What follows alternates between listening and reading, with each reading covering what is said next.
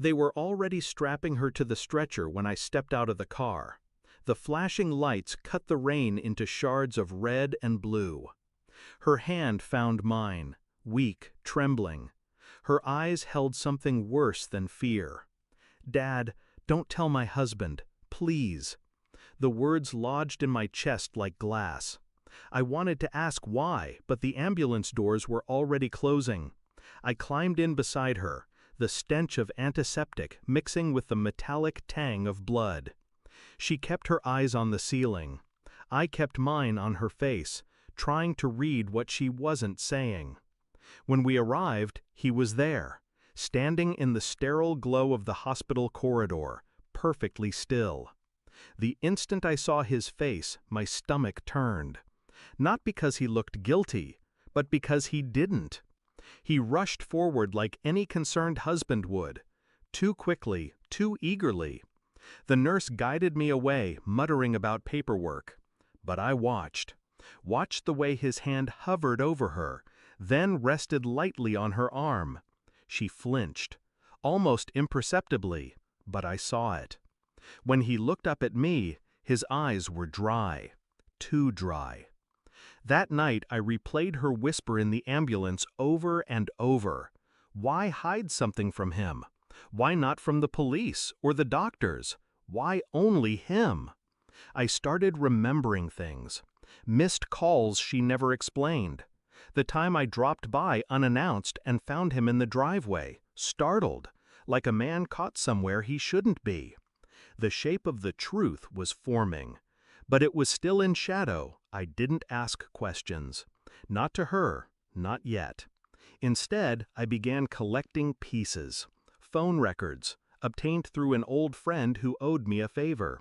Bank statements, quietly copied when he left his jacket at my house after a family dinner. His work schedule, cross-referenced against her hospital appointments. Every page felt heavier than the last. The dates never lined up. Money missing from joint accounts, and once, 3 weeks ago, an unexplained hotel charge. I kept my expression calm whenever we crossed paths. I shook his hand, I smiled, I asked about work, about the weather, but inside I was building something. Not rage, not grief, a structure, brick by brick. The truth came in a manila envelope. DNA results. It was my grandson's birthday that broke me. I'd sent a hair sample along with the paperwork, something I'd told myself was paranoia. It wasn't. The report was blunt, clinical. Probability of paternity, 0. My hands didn't shake. They should have. That evening I went to the hospital. She was awake but pale. He was there, sitting beside her bed, fingers loosely laced with hers. I stepped forward, handed him the envelope, said nothing. He opened it, read it, and for the first time his face cracked. His lips parted, but no words came. Her eyes darted between us, panic flooding in. I turned and left the room before either could speak. I waited 2 days. Let them think the silence meant surrender. Then I called him. Asked him to meet me at the house, her childhood home. He arrived looking cautious, defensive. I led him inside. On the dining table was a neat stack. The phone records, the bank statements, the hotel bill, the DNA test on top. I didn't accuse, didn't raise my voice. I simply said, "You've got 10 minutes to get your things out of her life.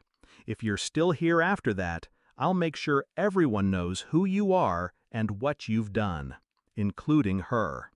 He stared at me, searching for any sign of bluff. He didn't find one. When he finally spoke, it was barely a whisper. "You don't—" "I understand perfectly," I cut in, and walked out, leaving him alone with the evidence. 3 days later, he was gone. No forwarding address, no note. She didn't call me right away. When she did, her voice was hollow. "He left," was all she said. I told her to rest, to focus on recovery. I didn't mention the file I'd kept, the original evidence locked away. Some truths don't need to be spoken to stay alive. They just need to be remembered. In the quiet of my study that night, I thought about the way he looked at the hospital, the first crack in his mask, the moment he knew I'd taken something from him that he could never reclaim. It wasn't joy I felt, not even satisfaction, just stillness. And in that stillness, I understood. Power doesn't come from striking back. It comes from knowing you could, and choosing, instead, to walk away with the last word, without saying a thing.